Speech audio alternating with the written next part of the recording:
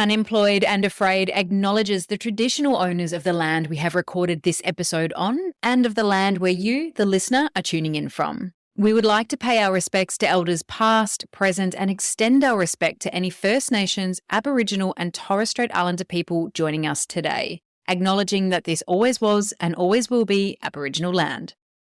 Welcome to Unemployed and Afraid, a podcast that explores the glorious mess of building your own business with the people doing it. I'm your host and fellow business builder, Kim Curtin. Thank you for being here. Let's get into some good, honest, small business chat. Welcome back, business builder, or if you're listening for the first time, thank you for being here and showing up for yourself. Get ready for the real feels, personal stories, and priceless inspo about the chaotic journey that is being a business owner.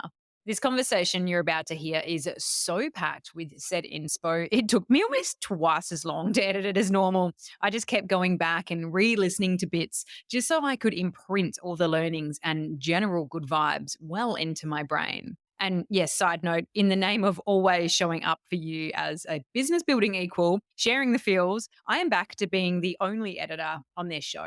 For the last little while, I had a wonderful audio producer who would help me out by taking the first edit step, the dialogue edit, which is where we fix overall sound and make it super studio quality, reduce background things, unnecessary voice missteps, things like that. And then I would do the final sweep, record the intro like I'm doing right now, and package the pod all together for you. Having this audio producer on board probably saved me about 4 hours per episode. So 2 episodes a week, that's a full day each week. But right now, it's just not commercially viable to be outsourcing, well, anything in my own business building process and journey right now. It's just not viable. So if you're a business owner or a solopreneur at this stage, you know that stage where you have far too much to do and loads of growth opportunity, but not the right flow of revenue to be able to get some extra hands. I see you. I feel you. Just keep going and doing the best you can. And as soon as you can, take the step to bringing someone on so you can grow and flourish. It will get better. It's all about just moving through these phases. Can you tell I'm giving myself a little pump up here? But on the other side, if you're at that stage where you're really starting to scale up, and bring people into your business and learn what it is to run a team who's helping you build it, you're especially going to love this chat today. My guest is the wonderfully eloquent and passionate Declan Edwards, founder of BU Happiness College, which is a business every bit as great as it sounds. In this chat today, you'll hear us talking about exploring your curiosities and backing yourself to become an expert on what it is that lights you up. Knowing when to walk away from your first business to start your second, imposter syndrome battles, really appreciating your early fans in business. To my pod fans, I adore you. Refining your business for sustainable growth through trial, error, and learnings. So valuable, that one for me right now. The part your personal brand plays with your business. Getting yourself out there through DIY PR, big fan. Why it's important to have both an integrator and a visionary within your business. Hiring before you're ready. And why it's so important to get clear on what a successful business looks like to you. See, like I said, literally so much inspo for you. So let's get right into the chat. I'm here with Declan Edwards, aka That Happiness Guy, a thought leader in the field of happiness and the founder of BU Happiness College. BU Happiness College is a personal coaching and workplace happiness consulting firm who are growing global happiness by helping individuals and organizations better measure, understand, and improve their mental and emotional well-being. As a happiness researcher and consultant, Declan and his team are helping workplaces become employers of choice and to stand out in their industry as an accredited happy workplace through data-driven insights. They've landed numerous awards, including Social Enterprise of the Year 2020 and United Nations Sustainable Development Goals Champion of 2022. With Declan featured in publications such as Psychology Today, the Harvard Business Review, and Thrive Global. In his own words, most importantly, I'm grateful to have created a movement that delivers results such as increasing our members' happiness by an average of 57% within their first 12 months at BU Happiness College, and helping workplaces to stand out in their field as an employer of choice by becoming an accredited happy workplace. I can't think of any better reason for being in business than to make people feel happier. Declan, I'm excited to hear your story of building this business and movement. Welcome to Unemployed and Afraid. Thank you so much for having me. I'm really pumped. Me too. You have a beautiful background there in your office, which I'm sad that the listener can't see. It just looks like a glorious place to be chatting from. Yes, it is a lovely, lovely spot here, the home office in the Hunter Valley with the big windows. And yeah, it's really nice, ironically, happy spot to work from. It's all about that happy, and I'm so here for it. Just to kick us off, I'd love to learn, I guess, a little bit more about you, Declan, and I would like to know how your best friend would describe you. I think my best friend, I'm going to ask him after this. So, Corey, when you listen to this, tell me if I've got this right. I think he would describe me as driven, loud, talkative, hopefully funny. I'll ask him afterwards, and charismatic to some degree, but also someone who's always up for an adventure and doing something big and scary and exciting. I think loud and talkative is perfect for a podcast right now. So I'm very pleased to hear that. Fantastic. Let's do it. It helps. So let's go back a little bit. Before Happiness College was a breathing business, it was such a big part of your world. Who were you? Yeah, so I was the guy going through his teenage years who wanted to be something different every year. If you asked what was my dream career and dream job, it would change every 12 months. And I think a lot of that boiled down to me being what I now look back on and describe as a human chameleon. I was really good at being what I thought other people wanted me to be.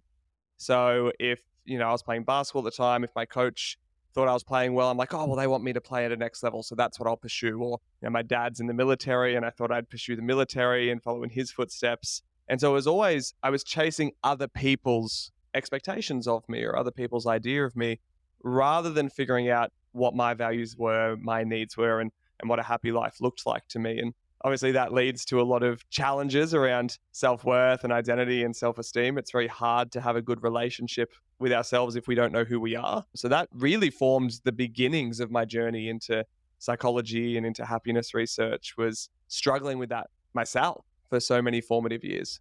Yeah, that makes a lot of sense. And I think only in retrospect are we often able to even view those times as that period of, understanding what self-worth is and understanding, I guess, a little bit more about ourselves. You've been a business owner before Happiness College. Can you share a little bit about that experience and why you moved away from it? Yeah, so when I was first at university, so I first went to university to study journalism because this was my latest, if you ask me what my dream job was, I was coming out of high school trying to figure out what I was going to do with my life. And I went, I think I want to be the host of Getaway and just be paid to travel and host a travel show. That was the dream, right, to an 18-year-old me. I went, well, what's going to get me there? Probably journalism and doing, PR and all that sort of stuff. So in my first year of uni, and whilst I was there, I completed my diploma of fitness, and then in my second year transitioned across to a Bachelor of Nutrition and Dietetics, and really fell in love with health and decided, like a lot of people do when they fall in love with that area, to open a personal training business. I ran that for 3 or 4 years and built it up to the point it was only ever a sole trader business, but I built it up to a point where it was actually giving me a decent living income, and it was something that I was enjoying. But I reached this point with it where I took a 6-week break. I traveled the US with my fiance at the time, now my wife. And I just remember the whole time having this feeling in the pit of my stomach, in my gut, that screamed to me, I do not want to go back to the business that I've built. And I couldn't put my finger on why. And it was on all levels, logically, it didn't make sense. But there was just something intuitively gut instinct going, mate, this isn't what you're meant to be doing with your life.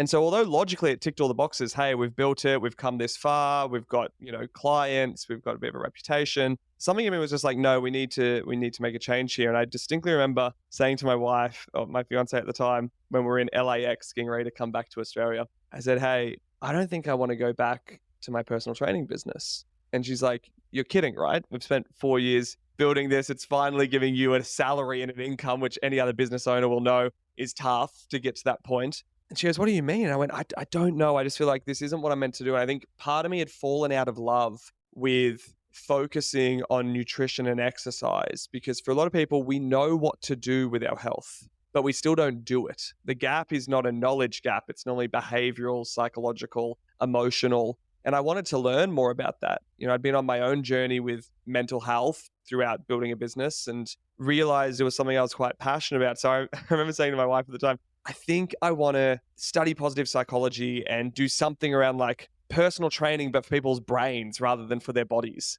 And over time, that would then evolve into and become BU Happiness College. But it was this real leap of faith to come home from this trip and go, all the boxes are ticked. Logically, the right thing to do is continue with this. But I just know that that's not what I'm meant to be doing in my life. So yeah, came back and over a period of 6 or so months, scaled it back, wound it down, passed it off to another personal trainer who was fantastic and took on my clients and took the leap into the second business venture. I think it's a very brave thing to do. And I think it's something that a lot of people struggle with is, particularly with small business, you often start with something and you think, okay, this is going to be the thing. This makes me happy right now. And, I'm going to work really hard at this. And yeah, there does get to be a moment where you're like, no, for whatever reason, this isn't exactly what I want to do. And I think for so many people, you can get caught up in the ego side of that. And I know for a period of time of all things, which is like the direct opposite of everything else I've done in my life, I became a ceramicist and started creating hand building and selling homewares. And that was a primary business that I operated under a brand name, Good Side of the Bed, which has kind of always been my brand name. And that was going incredibly well, like really successful. I was in Airbnbs, all around the country. I was getting loads of inquiries, but for some reason it just stopped bringing me joy. I don't know if it was because literally physically my body hurt, my hands hurt doing it, and it's a lot of stuff to have around. But it gets to that stage where you kind of realize, oh, this isn't what I want to do, and I want to stop doing this. But the ego dance starts, and it's kind of like, but what if this was the thing I was meant to do, and what if I can't do anything else? What if no one's interested in anything else I do? What do I do with the audience I've built? All of these things that can come into that. And I'm curious to know, I guess, that ego side of it for you, it doesn't sound as though it sort of came into play, but I'm curious to know whether or not there was any of that churning in the back of your mind, the you that you present to the world and how to step into this new you as you're heading into this more positive psychology space. Yeah, I mean, there was so much of it at the time, particularly self-doubt around, well, who am I to, make that change? Sunk cost fallacy, the whole like, "Well, mate, you've come this far and put in this much work. Are we really going to go back to square one?" is what I was thinking at the time. And I'm so thankful for the guidance of some great mentors and coaches I had in my corner at that time to go, well, let's relook at that. Really, it's not step one. You've now got 4 years of experience building a business behind you. You also have an audience that's interested in working on themselves. So the first founding members of BU Happiness College were personal training clients of mine that I went, hey, we've been working on your fitness for a few years and it seems to not be making all that much of a difference. Look, I'm going to go do some study here in behavioral change and psychology and better understanding emotional intelligence. Would you be interested in learning that alongside me? And, we were able to sort of use that as a bit of a launch platform. So yeah, there was definitely a lot of that at the time. And to be honest, for a fair chunk of the first few years of building it up, struggles with imposter syndrome were massive. And even now, to a degree, I still have it pop up every now and then. And I've reframed imposter syndrome as a really good thing. Again, thanks to one of my coaches and mentors. He's like, how beautiful of a thing that you get to do opportunities that you don't quite feel ready for and you doubt that you're capable of. Like, what a beautiful thing that is. And to reframe it as like, imposter syndrome is not bad. It's actually a very healthy thing. It'd be more dangerous if we didn't have it at all, right?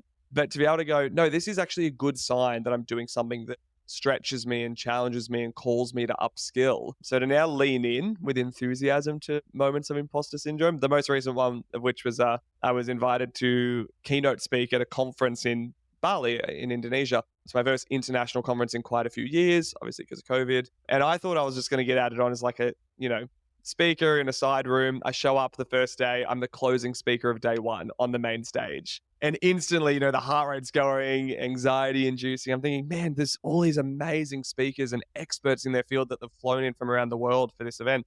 Why in the world am I closing it? And again, it was nice to go, hang on, this is a good sign. This is something to lean into and embrace, and to also recognize that, I've worked damn hard over many years to become an expert in the field and to be recognized as an expert on happiness development. So I deserve a spot on that stage. That's so brilliant to hear. I'm like, well done to your mentor as well for that reframe. I think We hear it a lot for anybody who has to present in any way, shape, or form to a crowd. We hear about reframing nerves as excitement and reframing it as that you care about what you're about to do. So, don't let the nerves overtake you, lean into it. They're a good thing. But I've never heard it applied to imposter syndrome. How lucky we are that we get to do something that stretches us. Really fantastic way to look at it. I think I'm going to have to put on a post-it note somewhere to remind me, though, because it's literally going to, or tattoo it generally, because it's something that has to be reminded of constantly. But yeah, it's a brilliant way to reframe that. And also, I guess just congratulations to you for owning that you have become an expert in the space. I think maybe someone listening has had this same experience where you want to become an expert in something, but you think it's almost impossible. But really, it is just by learning the thing and caring about the thing, and it can happen over a relatively short period of time. It doesn't need to be a 20-year career that then you then become an expert on something. It happens by caring about the thing you care about and learning as much as you can about it and being willing to share. And I love that you've owned that. I think we need more of that.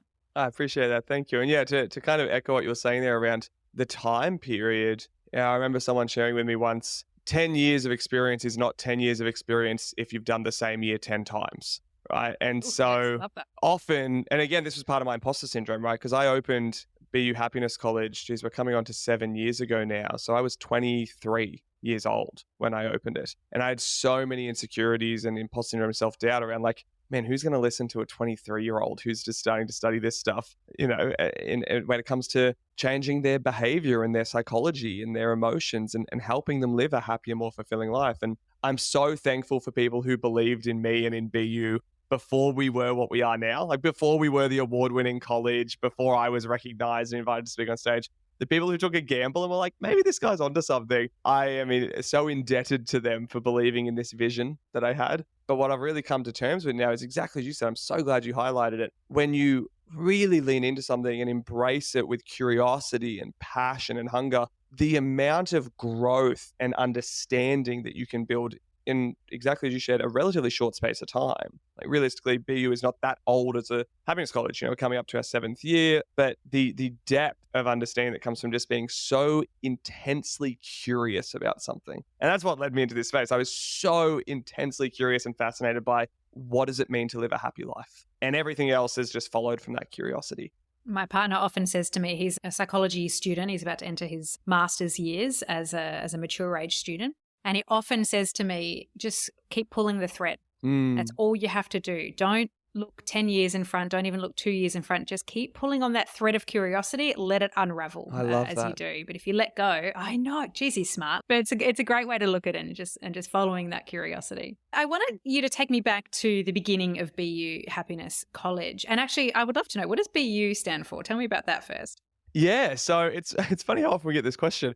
BU stands for Be You. Right? Be yourself, the greatest gift that we can give the world. As a little acronym for it, that name came about. So originally when I started what would become BU Happiness College, I was transitioning out of the fitness industry and I went, I'm just going to call it Declan Edwards Coaching at the time and just go under personal brand. And then as we grew and we started building a team, we realized that was limiting. And so I was sitting around going, what do we actually do for people here? Like, we're focusing on all these soft skills like emotional intelligence, resilience, knowing our values, boundary setting, all these things that we know lead to a happier life. But what do we actually do for people? And one of my team kind of spoke up at the time and went, I think we just help people be themselves, like wholeheartedly, authentically, genuinely, confidently, compassionately, true to who they are. And I realized, as I shared before, that so much of my life was being a human chameleon and people pleasing and perfectionism and not being true to myself, that I went, I genuinely believe the greatest, most meaningful gift that we can give our loved ones, our communities, our workplaces, the world as a whole, is to show up wholeheartedly as ourselves. But a lot of the time people haven't learned the skills required to do that in a sustainable and healthy manner. And so, we were kind of brainstorming and we went, I think we just help people be themselves. And I went, be you. And my background, you never pick it from my accent, but I was born in the US and I've always loved that idea of like the college culture. And so I sort of envisioned this BU in the collegiate sort of thing, being able to have that on Letterman jackets. And I went, imagine if working on your mental and emotional development was not only no longer stigmatized, because we're going back 7 years ago, like the idea of working on your mental and emotional health, geez, like real stigmatized, really hard for people to do. But I went, imagine if we weren't not only not stigmatizing it, but people were doing it proactively. They were doing it intentionally. They were doing it and enjoying it. Because I think even now, a lot of approaches to mental health are unfortunately reactive. It's wait till people hit rock bottom and how do we get them back to neutral, which leads to a really overcrowded mental health system, which is collapsing. And people kind of do it almost with a sense of like resistance a lot of the time of like, oh no, I have to go do therapy or whatnot. And like, man, if we can change people's mentality about that. And again, I think I kind of reference back to my time in the fitness industry. It wasn't that many decades ago when the idea of going to a gym to work out and working with a group of people or with a personal trainer was unheard of. Like it was just not a thing. And now it's not only normalized, in many ways, it's become a status symbol that people are really proud to say that they go to a gym and work out consistently and look after their body. And I went, man, imagine the day when people are so proud that they work proactively on their mental and emotional health. And so that all kind of came together to this idea of creating this like college-like culture of like, hey, we go to university and college to learn technical skills to make us better employees. Why in the world would we not go to a happiness college to learn the skills to make us happier humans? And I guess the rest just continued. I mean, brilliant. I'm glad I asked because that really, it just makes a lot of sense. And I can absolutely see it in terms of college visualizations, but it's also excellent in terms of an example of marketing well and, putting it back onto the person all the time, not always telling what you do, but what you do for the person. I think it's absolutely brilliant. And yes, I agree with you that being yourself and being completely authentic is so important. It's so hard, but it's so important and it gives permission to other people to do the same. So as much as we can push past it, I mean, I know I'm somebody who self-edits quite a lot. Maybe it's because I've got a sailor's mouth or something, or it just works a little bit too fast. And then I'm like, oh God, I've gone down a rabbit hole. But as much as you can be yourself, it just gives people permission to do the same. So I really like that. So what did Happiness College, BU Happiness College, look like in the first structure in terms of the business going to market? What were those early phases like? Oh, so different to what we are now. There's been a few iterations. So we started direct to individual and consumer. And again, it was because we had a captive market with the fitness side. We had this group of people that were already interested in their well-being. And so I structured it originally much like a personal training program. I went, hey, over the next 6 months, let's do 10 sessions together. Let's focus on these set topics. There was ones around goal setting, values alignment, boundary setting.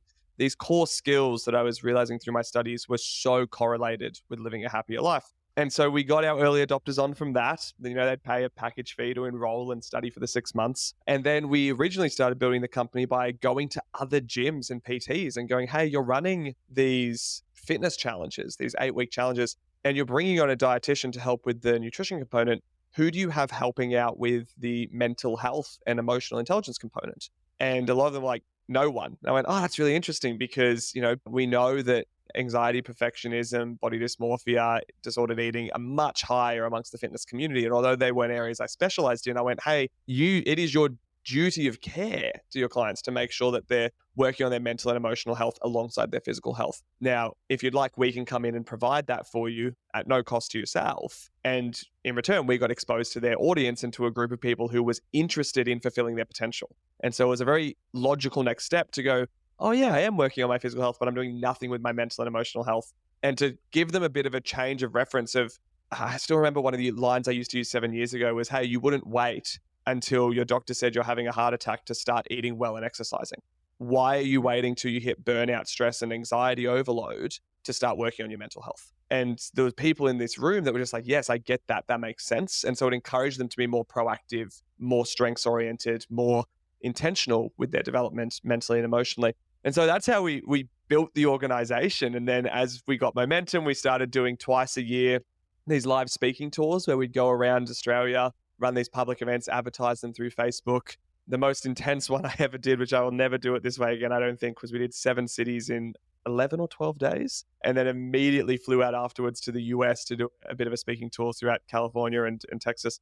We were putting everything we could into it. And it was just high stress, high risk, high reward, high pressure. Again, probably the antithesis of everything we do now because it was not sustainable. I was burning out. My happiness was, ironically, we were growing faster than ever and my happiness was, through the floor. I was feeling terrible. So it took a few years to figure out the business model that would work in terms of sustainability for our team as well as sustainable growth. And I think we've really just figured that out in the last couple of years, to be honest.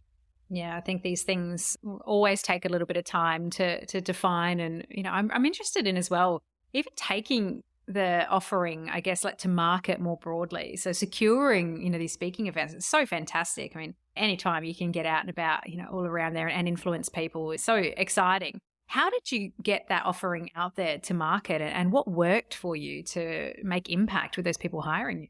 Yeah, so I think the first thing that worked was really getting clear on my personal brand as an authority in the industry. I was quite fortunate that there's not too much competition in the space of people who've dedicated their life to studying happiness within Australia. There's kind of a very small handful of us who have gone, hey, I've dedicated my life to studying happiness. This is what my research has found.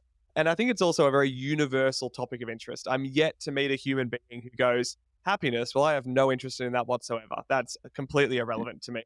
So I think I did get quite fortunate with my niche of speciality. People are interested in it, and there's not many people doing it well. In saying that, the coaching industry is one of the fastest growing industries in Australia, and it's incredibly unregulated.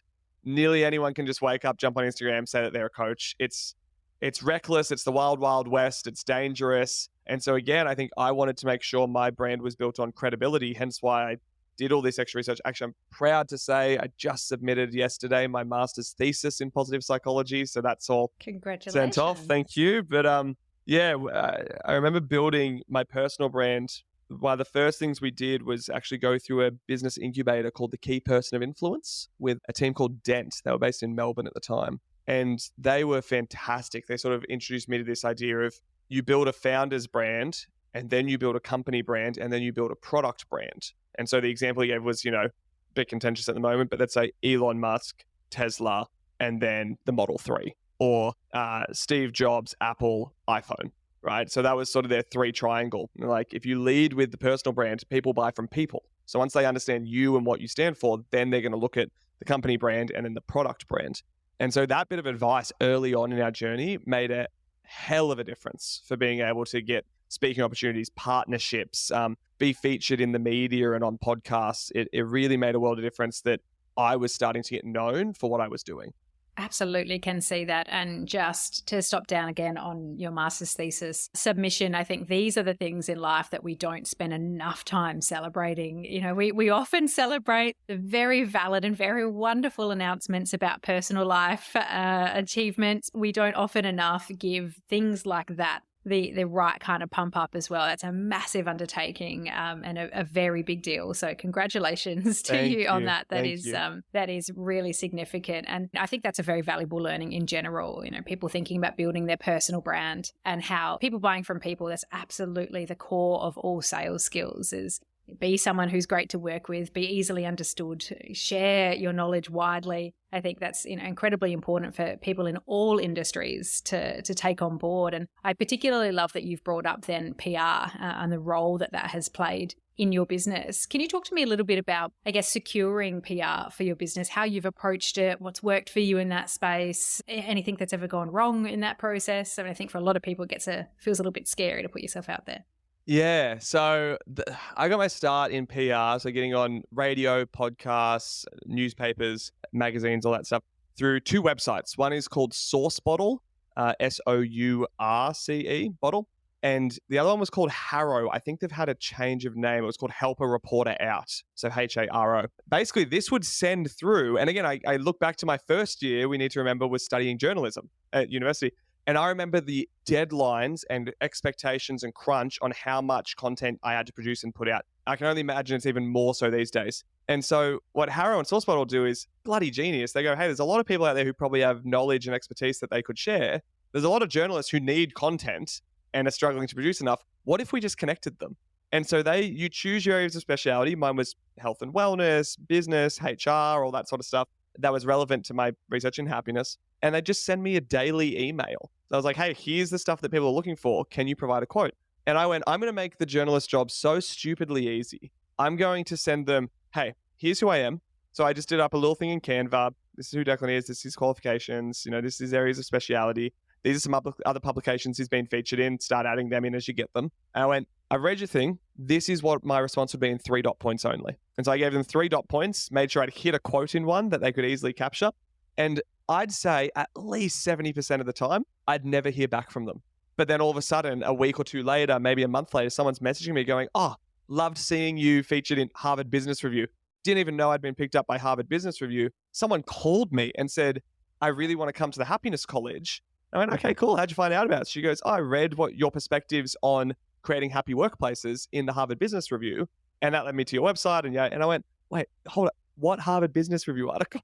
And I had to go find it myself. And so if you can make their job super easy, you'll be surprised by how receptive they are to welcome you in. The only mishap I've had with it, which was so funny. I kind of want to frame it now.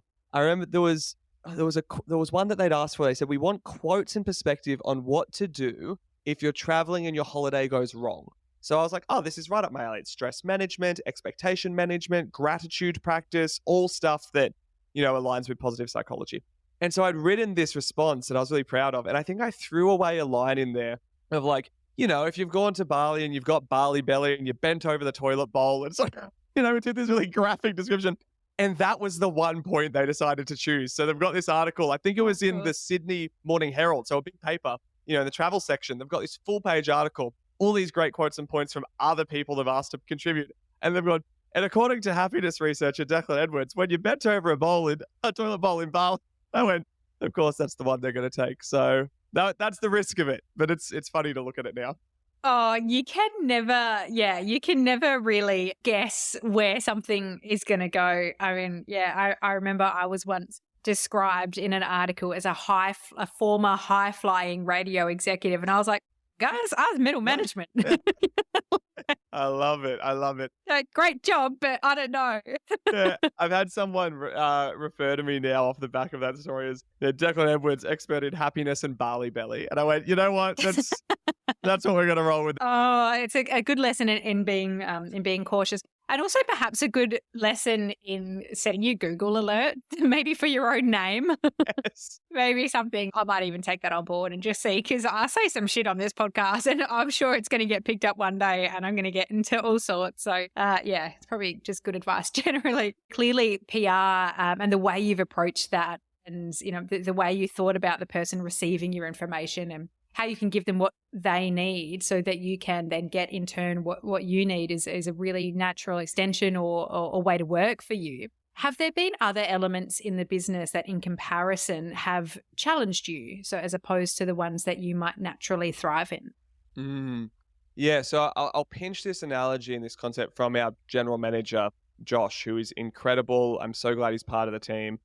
He describes to me this idea of growing a business, regardless of industry, regardless of background, size, team, whatever. He goes, most successful businesses that really last a long time and grow well have a combination of visionary and integrator, or he calls it front-led growth and back-led growth. So he, again, refers to like Steve Jobs and Steve Wozniak and, these different people. So your front-led growth, your visionary is someone who thinks big picture, long-term, normally, quite naturally good at marketing and sales and product development. So that front end of the company. And the integrator is someone who's really detail oriented, make sure things run smoothly day to day. Sometimes they're called the chief of operations, but they're better at back-led growth. So systems and ops and finances and, product refinement and improvement, and taking the visionary's big ideas and going, well, which ones of these are realistic and actually work? And what's worked really well for Josh and I, Josh came into the company about 5 years ago now. We headhunted him from some other startups and convinced him to come across to join us. Was he's so good at the back end growth and the integrator stuff. And that is by far my weakness. I struggle so much with details. I struggle so much with systems and operations and making things run smoothly. By the time we've launched something, I'm already thinking of the next idea. And whilst that's valuable, it means we often get distracted or pulled in 100 different directions. It's the entrepreneurial curse, I've heard it be called, where you have 100 good ideas that, well, in your mind, you think they're all good ideas. And you kind of need someone to go, hey, 3% of these are good and worth going for. And the rest we're just going to park for a second. So learning how to leverage those other skills from my team. So rather than focusing on doing them myself, going, hey, I know what I'm naturally good at. Let's double down on it. And then let me hire people in who are really good at the things that I'm not good at. and then let them double down on their strengths. That has been life-changing for our organization and really helped us build a much more healthy, sustainable business that's scalable rather than something that's just driven by pure vibes and good times that normally come from the founder just charging forward and making it happen. That's actually really comforting to hear, Declan, because as a solopreneur and somebody who has a million big ideas every day, I am constantly just executing on my really big ideas with not necessarily a lot of attention to detail and not quite ready at that stage to take on people that will do the operational side of things. So I end up just getting myself all kinds of twisted up in fun. So that's actually really comforting to hear, because as your business grows and you get past that ugly stage where, you are kind of just running it by yourself and just doing things. When you eventually get over that, it's nice to think that there might be grass is maybe green and more organized over here. I just have to stick it out right now, which actually brings me, I guess, to a question about taking on people into your business. I'm interested what that journey and process has been like for you, because I think for a lot of business owners, if they happen to be at the stage where they're about to take people on, or they're about to scale up, it could bring up a whole nother level of imposter syndrome. What was that like for you? Yeah, it was challenging, and it was also in some ways accidental when we started. So I originally started BU with a co-founder who exited the company in 2019 on mutual terms. Amicably, we both went, "Hey, it's not the right fit anymore," and he decided to exit, and we bought out his shares. And so I found myself, as we were growing and as we were building, like, okay, I'm wearing all the hats. And if you're listening to this and you're a solopreneur, or even if you do have a small team, chances are you're still wearing a lot of hats. And I was like, I'm just being pulled in all these different directions. I was trying to study at the time as well, and trying to look after myself and all the different roles that we play in life. And I went, I think we need some help here. And at the same time, one of the graduates of that first program I told you about, that 6-month one with the 10 sessions built on the personal training model, she graduated and it made a huge difference in her life. And she came to me and said, "Hey, I would love to do this for a living." And I went, "Okay, cool." And she goes, "But I want to do it right. What qualifications do you recognize?" So I sent her a list and said, "These are the ones that I think make really great coaches. These are the ones that when the industry inevitably does get regulated, you'll pass muster." And to be honest with you, I sent her this list wholeheartedly with the intention of scaring her away. I was like, everyone says they want to work in coaching. It's such a feel-good industry, yada, yada, yada. I'm going to send her what it really takes to be a great coach, and hopefully she'll leave and not come back. And then about a year later, she came back and she goes, "Hey, I've done 2 of those qualifications. What's next?" And I went, "Oh, shit." Like, she's back. She goes, "I'd love to work for you guys. Are you guys hiring at all?" And she was working a corporate job in Sydney. I was like, "Hey, look, we're not in a position to pay you full time. If you're going to come on board, it would be very much in contract. It would be just taking a cohort of people and then we'll grow from there." And she went, "Yeah, that's fine." And hats off to her. She juggled evening coaching sessions with clients whilst doing her job in Sydney and commuting an hour and a half to the Central Coast each day. Like, she was dedicated and really worked hard. She's still with us today, and she's now actually our head of personal happiness coaching. She runs the entire individual enrollment side of the company. She upskills our new coaches. She makes sure they're well looked after. She's absolutely phenomenal. But I think anyone who's thinking of hiring someone, first and foremost, hire for culture first. You can train skills later. Like, what I loved about Amy was she showed she was willing to do the work. She massively believed in what we were doing and in our vision. She was a graduate of the program herself, so she knew it inside and out. And historically, even now, all of our best coaches we've ever had at BU have been graduates of the program. They've done it themselves and they live it and breathe it and understand it, and then they go do their study. And I can always hire someone in who's done one of those qualifications and then keep getting them to do more qualifications. I've got my whole team of coaches currently going through an advanced qualification in acceptance and commitment therapy for people-pleasing and perfectionism. That's not something they had when they started, but they can do that whilst they're working and growing and developing. So look for culture fit first. Do you genuinely enjoy the person? Do they add strengths to your team? So culture add as well as culture fit. So do they add something to our culture that we really value? And then you can train skills later. The other thing is hire before you're ready. Like, it's not going to, again, that imposter syndrome thing. If you wait until you feel ready to lead a team, you're going to be waiting a really long time. And I look back on my first couple of years of leading a team. We're now a team of 6 people. And geez, I do a lot of things differently now as a leader. And I think that's a good sign, right? If I'm still leading the exact same way I lead now in 5 years, there's a problem, right? We need to keep growing and evolving as leaders and as people. And then the last tip I'd say is, again, one that was gifted to me by one of my mentors and coaches: hire slow and don't be afraid to fire fast. So when you find someone who is the right culture fit or culture add, when you find someone who's willing to do the work, when you find someone that you go, I can see myself investing into this person and helping them upskill, take time to bring them on board properly, get really clear on what their role is, get really clear on what the expectations and responsibilities are, have those clear but sometimes uncomfortable conversations as early as possible. Don't shy away from them. And on the flip side, if you find that someone's not the right fit, start looking at how to mitigate that or exit that person, especially if you're a small business or a startup. You simply can't afford to have, if you've got 5 people and one person's so obviously not the right fit, that's 20% of your team. If you went to any other organization and said 20% of your team is a terrible fit, they wouldn't stand for it. So why do we as small businesses, I think sometimes we think we're not going to be able to get someone else. It's like, no, it's better to move that person on. I promise they'll be happier, you'll be happier, and it'll create space and create room for someone better to come in.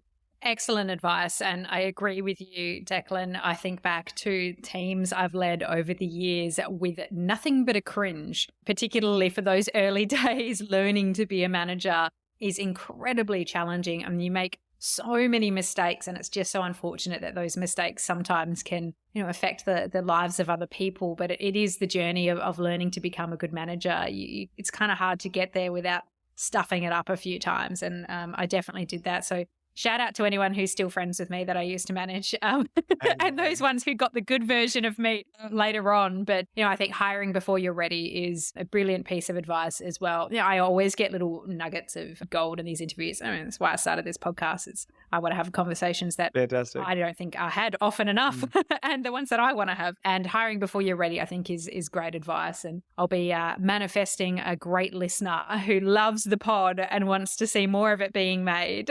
And ideally someone who's a specialist in that integration, back-end growth, detail-oriented. Like, if you're listening to this, you're like, that's me, just send a message. Please send a message. Yeah, if you're great at content in terms of cutting great content grabs for socials in particular, hit me up, because that is something I have no time for. Yeah. But this is absolutely not about me. Declan, how are you measuring success within your business now? And how has that changed from when you first got started? I think when we first got started, again, I was 23 when I started this business. And I think it was so driven by ego.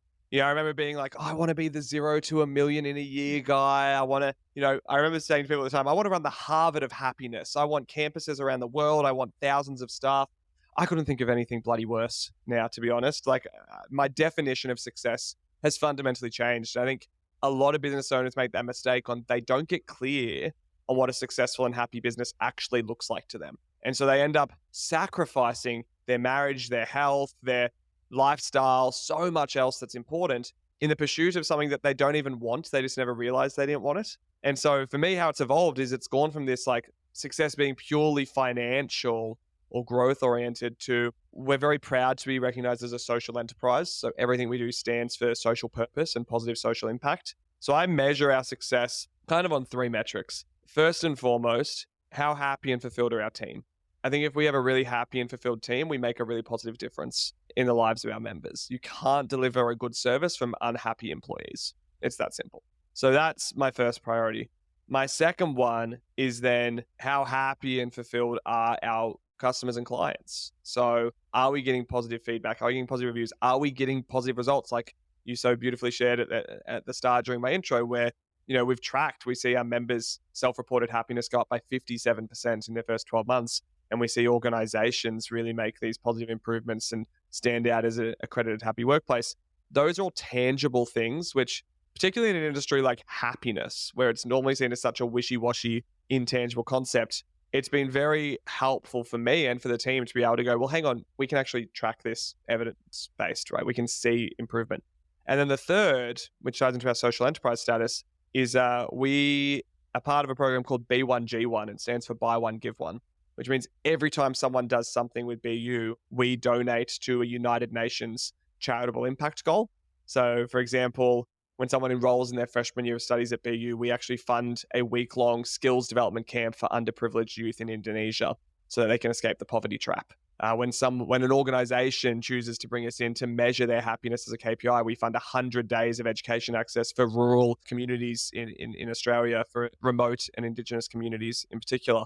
And so for us, we've always had this lens of like, if we can do the most good in the world, growth is a byproduct.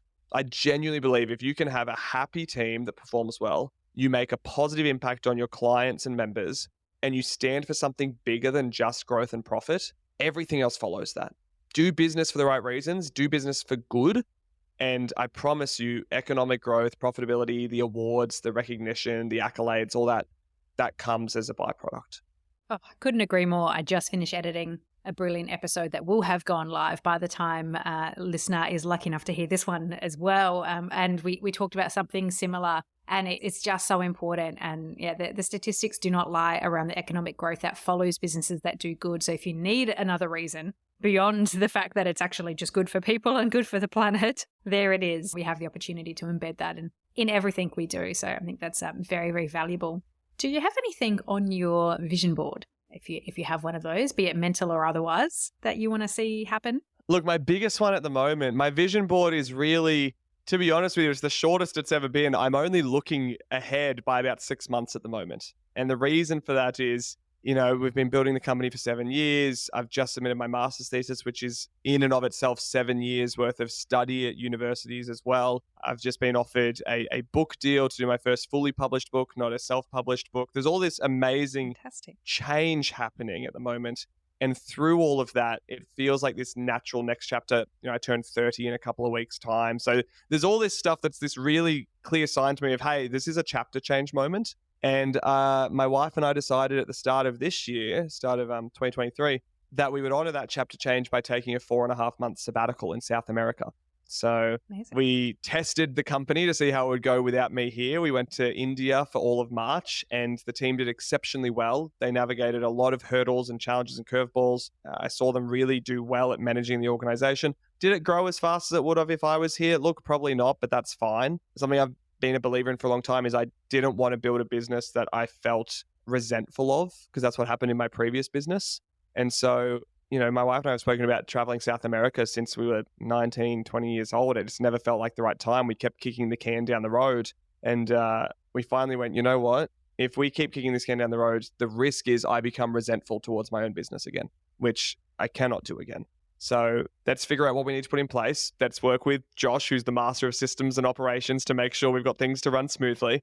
And let's take the leap of faith. So literally the only thing on my vision board now is I fly out in 4 weeks' time. In between that, I'll be celebrating with the team and with clients and with family and friends. My 30th, the submission of my thesis, the finalization of this book deal to have the book come out in 2024. And then I'll be off in South America for 4.5 months, just going wherever my heart desires. So yeah, that's the one thing on the vision board right now. Fantastic. I mean, it sounds like an incredible adventure and a very aspirational adventure as well, to think about. So many people have those very important economic goals and those very important other measures of growth too, but we shouldn't forget those ones that have been on our list. The reason we work for ourselves, the reason we build these businesses, to be able to make sure our life is everything we want. So I think that is brilliant. My final question, as is in every single episode, because sharing your story of building your business is a very generous gift to give. It helps other business owners feel inspired about how they can push through those days where you want to smash the keyboard or, do something else just to blow off some steam, because it is a hard gig that we throw ourselves into. Sharing stories is, a way to be able to normalize the crazy process that is building a business. And it's a big gift to give, to share a little bit of insight into your own. So my last question is, how can the listener and I support you to keep growing your business? What can we do for you? So I think the best thing that you can do, and not just growing the business, but I think most importantly, playing your part in our vision of growing global happiness. It's a vision that I'm well aware enough to know that we cannot change the happiness of the entire planet with 6 staff based in Australia and on our own. It's going to have to come from a ripple effect. So if you're listening and you're like, hey, I want to play my part in making the world a happier place, I want to play my part in me being happier or my workplace being happier, obviously head to the website, buhappinesscollege.com. There's a bunch of resources there, free ones, low-cost ones, higher cost ones, whichever ones are right for your stage of journey. That would be something to definitely check out. If you are an avid podcast listener, I have 2. I have BU with Declan Edwards, which is for individuals, and Working Well, which is with myself and Josh, actually, our general manager. And that's for organizations that want to improve their well-being and their happiness at work. And other than that, keep an eye out in all good bookstores. As a teaser, you guys are going to be the first people to hear this. For late 2024 is currently the timeline to have a book on shelves. So keep an eye out for that one. Oh, congratulations. That is so exciting. I share my goals widely with my wonderful listeners here. And that is one that's on my goal list, to have a book hitting the stores one of these days. And I can't imagine the exhilaration that you're going to feel in that moment, just to see that be a living, breathing thing. I think that's just such a big accomplishment as well in the horizon. So congratulations on that. And I will absolutely make sure to have the links to your website, the podcasts, everything in here. Everyone knows how much I love a podcast. It's literally my life. So we'll absolutely have those in there for the listener to go and get around everything and check it all out. Declan, it's been such a pleasure hearing your story today. And thank you for all the great work that you're putting out into this world. It's been great to chat with you. Thank you for sharing. Thank you so much for having me. I really appreciate it. One quick thing, if you're hearing this, you've listened all the way through. Hopefully that means you really like this podcast, because it's pretty generous to give up 40 odd minutes of your time for it. If that is the case, please leave the show a star rating and a review. It helps me reach so many more people who might also listen all the way through and get some benefit and some support out of it. Not to mention, it puts a real spring in my step to read them. Thank you for listening to Unemployed and Afraid, the podcast for small business builders with your host, me, Kim Curtin. If you love it, you can say thanks with a star rating and a review. And of course, join the community on Instagram, TikTok, Facebook, and LinkedIn. Find us at Unemployed and Afraid wherever you're hanging out, and I'll see you there.